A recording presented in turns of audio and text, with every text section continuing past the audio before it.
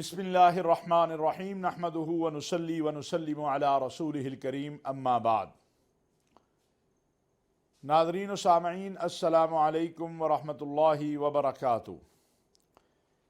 حج کے ایام قریب آ رہے ہیں اور حجاج کرام حج کے لیے مکہ مکرمہ اور مدینہ منورہ پہنچ رہے ہیں۔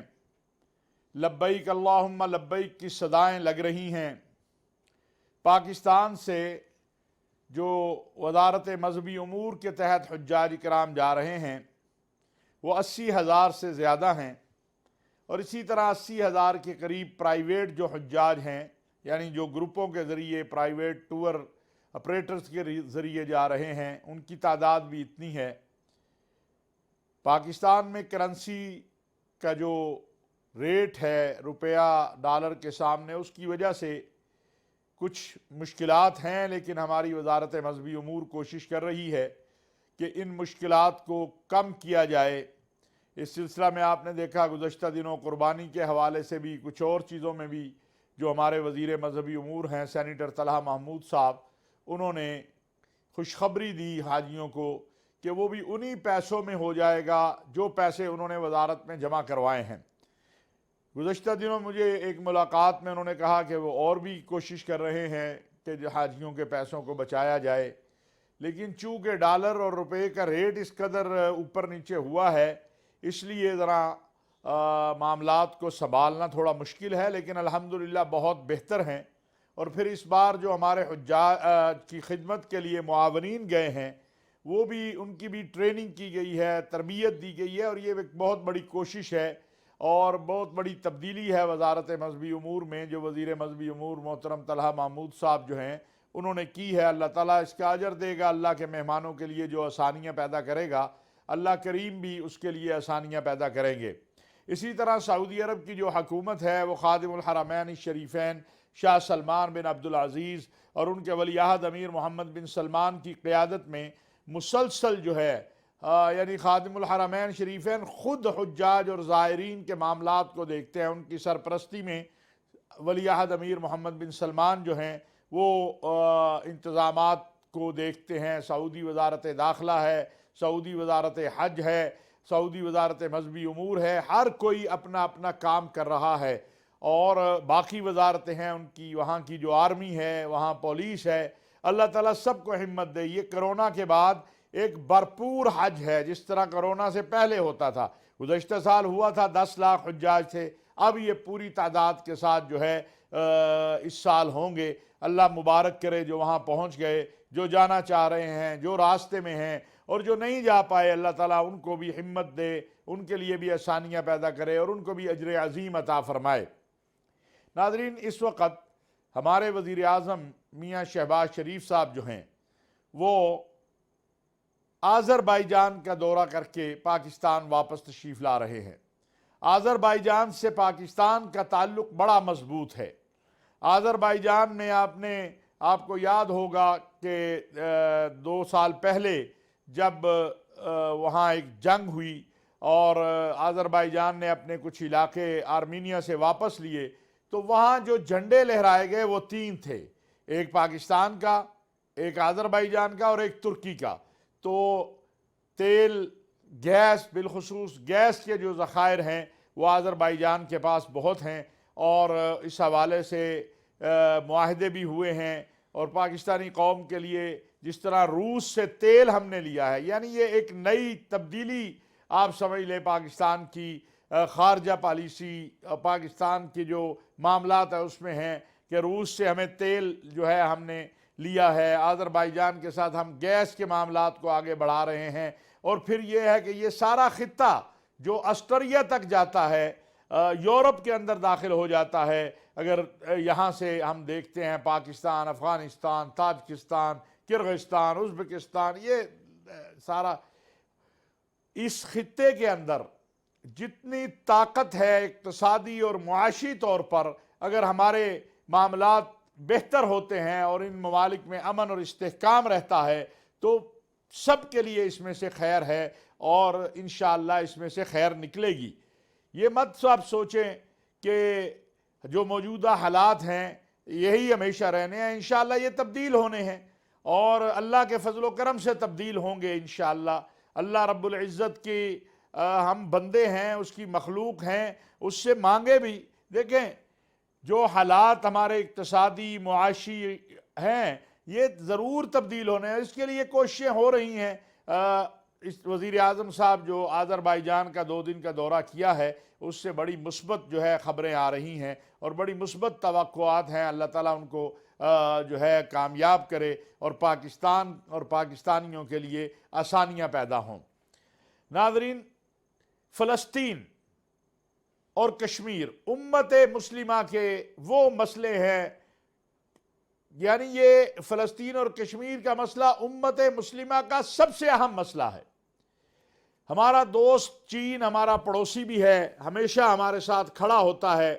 آپ نے دیکھا گزشتہ دنوں جب G20 کے حوالے سے کوشش کی گئی ہندوستان نے کہ ایک ورکنگ گروپ ٹورزم کا وہاں وہ اجلاس کر لے مقبوضہ کشمیر کے اندر، جو کہ عالمی قوانین کی خلاف ورزی تھی، انٹرنیشنل لاز کی خلاف ورزی تھی، تو اس وقت اس لمحے چائنا ہمارے ساتھ آ کے کھڑا ہو گیا اور چائنا نے جو اصولی موقف تھا وہ اپنایا اور کہا کہ ہم اس اجلاس میں نہیں جائیں گے۔ سعودی عرب نے، ترکی نے، انڈونیشیا جو ہے، مصر، اب ایک بہت بڑی ڈیولپمنٹ ہو رہی ہے اور وہ یہ ہے کہ فلسطین کے صدر جو ہیں محمود عباس وہ چائنا پہنچے ہیں اور چائنا نے کلیئر کٹ واضح انداز میں اس چیز کو بیان کر دیا ہے کہ فلسطین کے مسئلے کا حل ایک آزاد خود مختار فلسطینی ریاست ہے اور ہم فلسطینیوں کے ساتھ ہیں اس موقف کے۔ سعودی عرب کا بھی یہی موقف ہے، پاکستان کا بھی یہی موقف ہے، عرب لیگ کا بھی یہی موقف ہے، OIC کا بھی یہی موقف ہے۔ اب آپ دیکھیں کہ چائنا جو اس وقت عرب ممالک کے ساتھ اپنے تعلقات کو بڑھا رہا ہے اور سعودی عرب میں جو ابھی چائنا اور عرب دنیا کے حوالے سے ایک کانفرنس بھی ہوئی اقتصادی حوالے سے، انویسٹمنٹ کے حوالے سے، اس سے جو چیزیں ظاہر ہو رہی ہیں تو لگتا ایسا ہے اور انشاءاللہ ایسا ہوگا کہ چائنا فلسطین کے معاملے میں ایک بنیادی کردار ادا کرے گا۔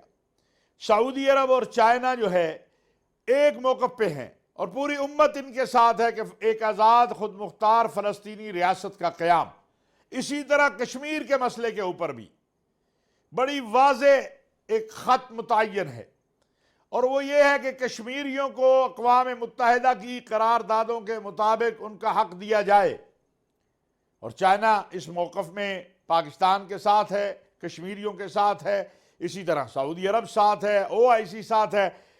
فلسطین اور کشمیر کے مسئلے پر ہم دیکھتے ہیں کہ ایک بڑا مضبوط موقف ہے، لیکن جس طرح فلسطین کے مسئلے پر اس وقت ہم دیکھتے ہیں کہ عالمی دنیا متحرک ہے، اس طرح کشمیر کے مسئلے پر بھی عالمی دنیا کو متحرک ہونا چاہیے اور اس کے لیے ہماری حکومتوں کو، ہماری سیاسی جماعتوں کو اپنے اپنی اناؤں سے باہر نکل کر کشمیریوں کے لیے بات کرنی چاہیے۔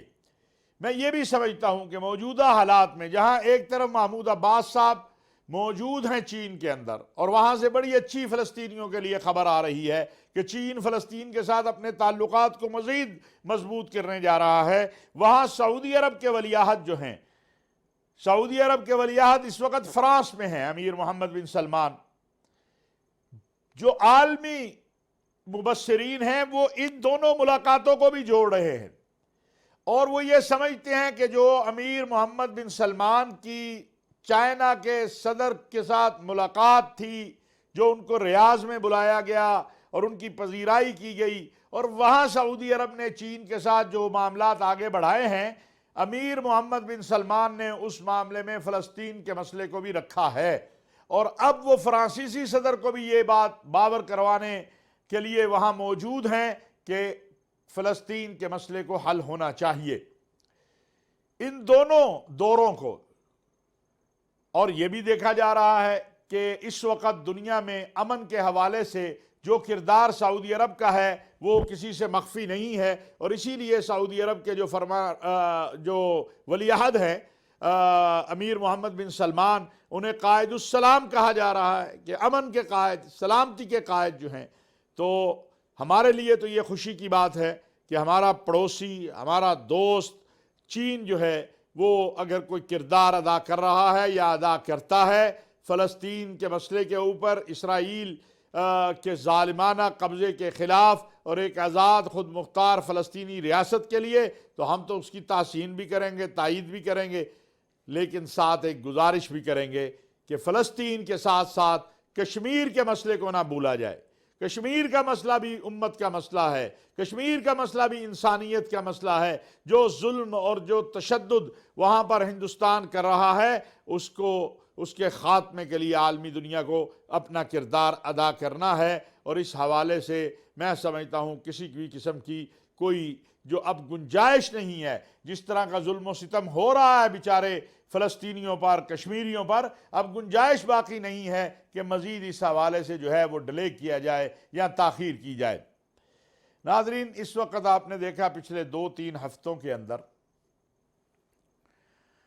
اندھیرییں، بارشیں، اب یہ طوفان ہے جو سمندری طوفان ہے،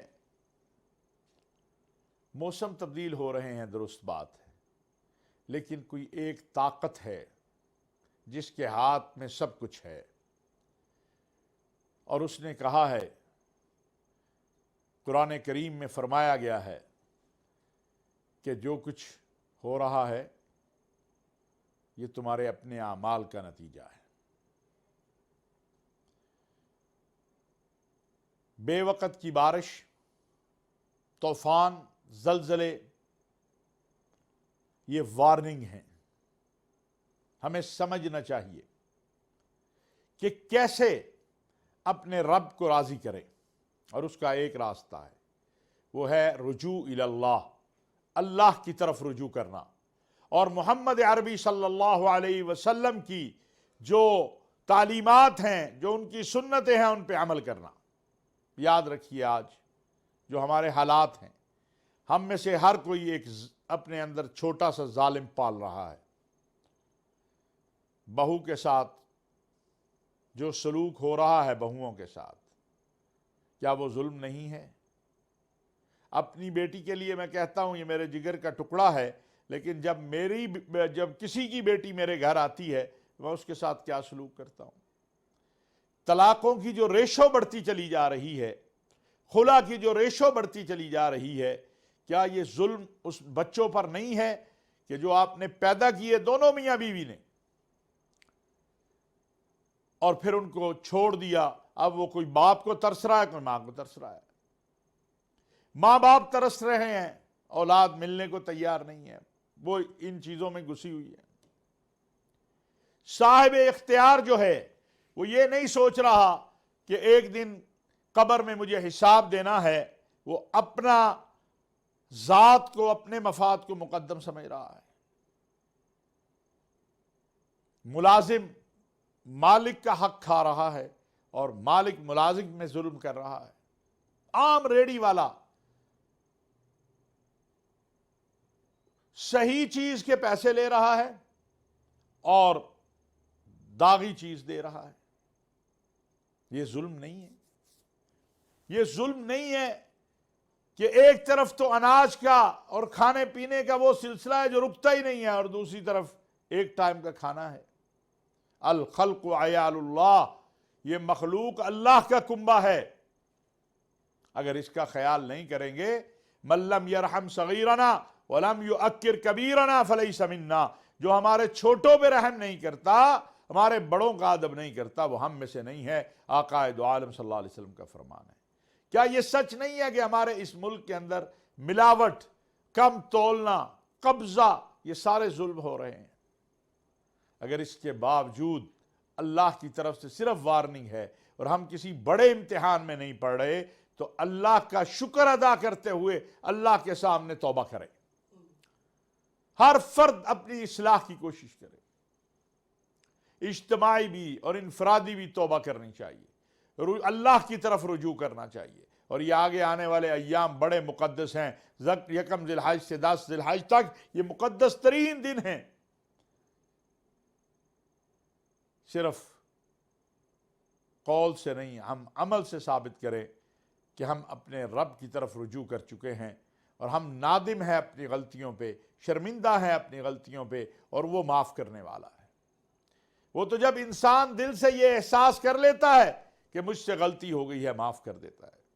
اس لیے آئیے اللہ رب العزت سے دعا کریں کہ یا الہ العالمین پوری امت مسلمہ کے احوال کی اصلاح کر دے، اور بالخصوص ہمارے وطن کے جو مصائب اور مشاکل ہے، معاشی مشکلات ہیں، معاشرتی مشکلات ہیں، اخلاقی ہمارا جو رویے ہیں، یا اللہ سب کی اصلاح کر دے، سب پہ اپنا کرم کر دے، فضل کر دے. وما علینا الا البلاغ المبین.